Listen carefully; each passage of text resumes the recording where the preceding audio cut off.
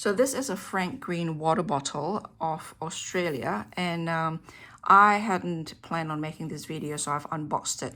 But when I did, out of the box, I've seen Scuffs. And so at the moment, my main purpose is to document the scuffings, just in order to have a record of how it looks like right out of the box. There's the branding there, and I'll continue to turn around. And so in the custom mechanical keyboard community, there's a lot of processes of coloring metal. And I'm wondering if Frank Green could take a few pointers from them. Although the nature of the metal itself is important in terms of what method of coating is appropriate for the metal. So I don't know if this is aluminium or steel or whatever, but I know it's supposed to be, it's supposed to be coated in ceramic on the inside to prevent that metallic smell in the water. There's more scuffing there. So this came out right out of the box that way, which is, for the price that they're charging, it's pretty sad. It makes it look like, it's secondhand, like it's been used.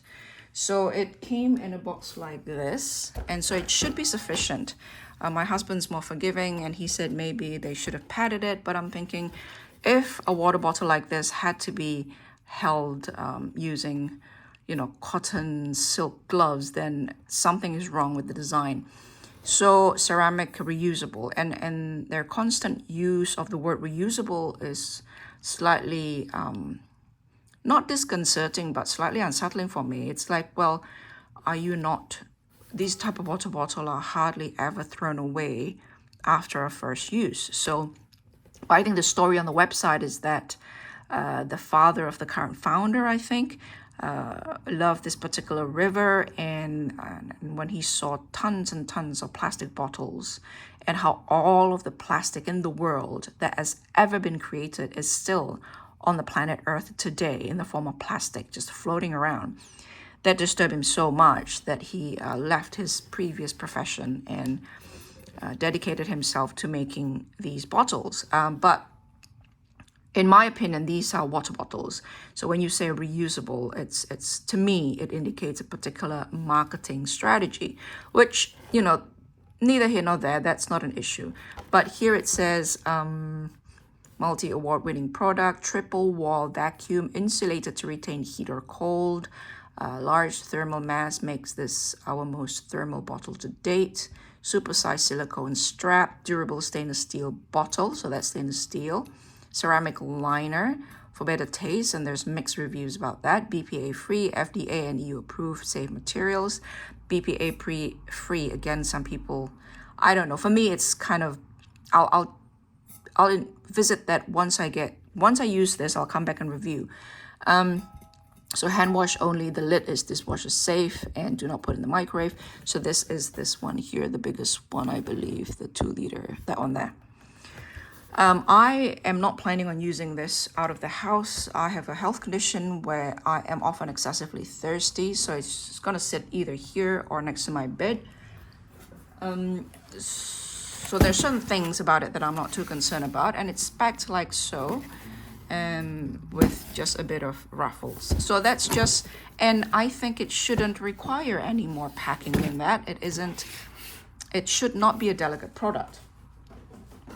So that scuffing is not a great experience, and I emailed them the same email address, which have automatically processed my order, told me that it's now shipped.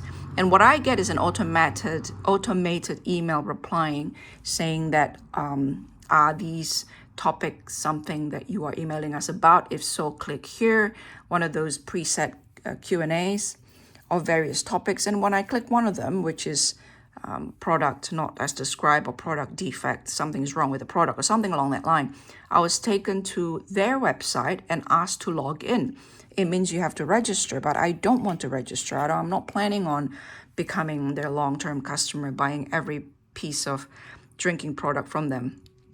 If I want to come back, I'll come back, but registering my information with a variety of different providers online is not something I prefer to do. So I get back out and I have to email again saying, please get somebody to reply to this email, which is the instruction. The instruction is if you can't find anything there, come back and email us. It means that they've made you jump through at least 3 steps.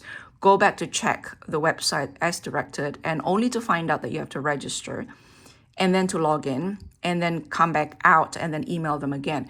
And for me personally, it's not ideal. It makes me feel as a customer that the onus on resolving an issue is on me instead of on them, first of all. Second of all, with regards to the fast-paced adjustment of negative feedback, improvement, that's a plus. However, it also creates the sense that they're using the market, the paying customers, as a testing ground. To a certain extent, all products do that, but it's almost as if we are being used to test a prototype. It feels like I'm being sent a prototype, like the fact that this is so damaged, so, out of the gate. So that's the inside. I can't really show you, but I suppose we just have to take their word for it. It's ceramic lined, and we'll see after I use this for a number of time. I'll come back and let you know how it performs. So this can be unplugged and clean. This is environmentally friendly because it's metal. This, I think, is silicone covered plastic or something. Again, I haven't done much research. I have simply pulled the trigger on this one because it's designed very, very well. So again, my impression of how fast moving they have been in redesigning the cap based on a rather relatively recent public feedback about the hygienic concerns over having to handle the tip of this device here every time they need to drink, with the hand being outside, being dirty, constantly touching everything, and then touching the mouthpiece is a real concern. So I thought they're pretty quick on their feet. But on the other hand, by the same token, it's like, well, should you not be thinking about these things prior to releasing the product to the market? Do you know what I mean? So that's, I quite like that because it's just simply slipped in a knot like so, and it's the handle that's silicone. Now, the other thing is that in the website, this is the plus, the monogram was shown to sit outside or in the same front as the branding, which is actually very bad because the brand is pretty big and the monogram is so small. Even if you put 3 letters, you are competing with this very prominent branding down here. So the fact that they flip it around the back is a plus for me personally. I didn't end up putting my initials. I just put a little heart there. But it is a little off-centered compared to where it sits around the side here. So if you look at that, it goes up. Even instinctively, just eyeballing it, you know that something is a little bit off. So it should really sit around here somewhere. And I have a funny feeling that they've allocated a space here for 2 to 3 letters monograms.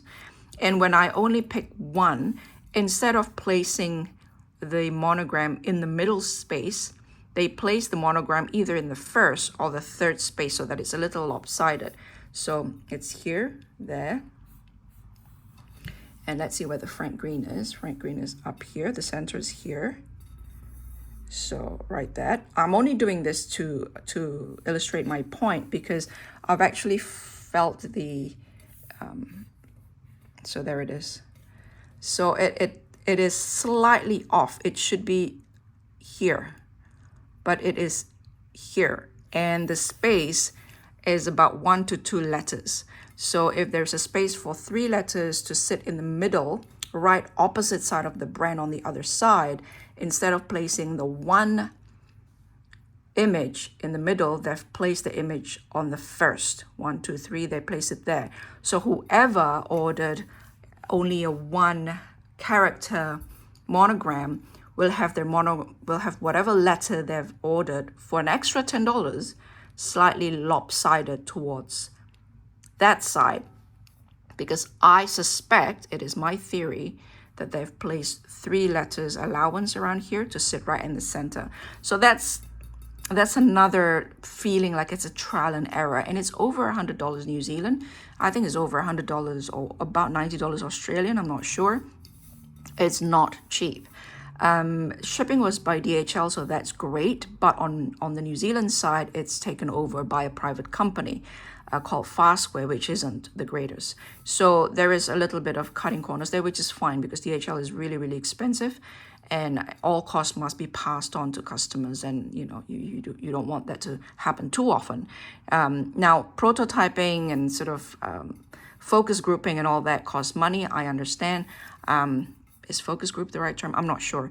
But I don't know. I'm not, I'm the end consumer. I can only tell you how it feels. It feels like Frank Green is trying on their product half-baked to their customer base, and we're paying the price for it. So I have contacted them, and I'm just going to wait for them to respond. I'll come back with a review based on their response, and I don't know how this is. It bothers me a little bit. If it's not for the price point, I could probably ignore it, but having an item that looks used, that looks reasonably heavily used right out of the box for the price point they're charging, I'm a little bit unhappy about that. So yeah, but compared to other water bottles I've seen on the internet, especially one that's wildly popular everywhere, I don't understand why those are very popular. They don't look very nice. Their branding's not particularly elegant. Their design is not particularly elegant. This has everything that the other cup or cups do not have. Excellent design, beautiful material, excellent hand feel, everything, except for those little glitches. So I am cautiously optimistic, and I will come back with an update at some point. Bye.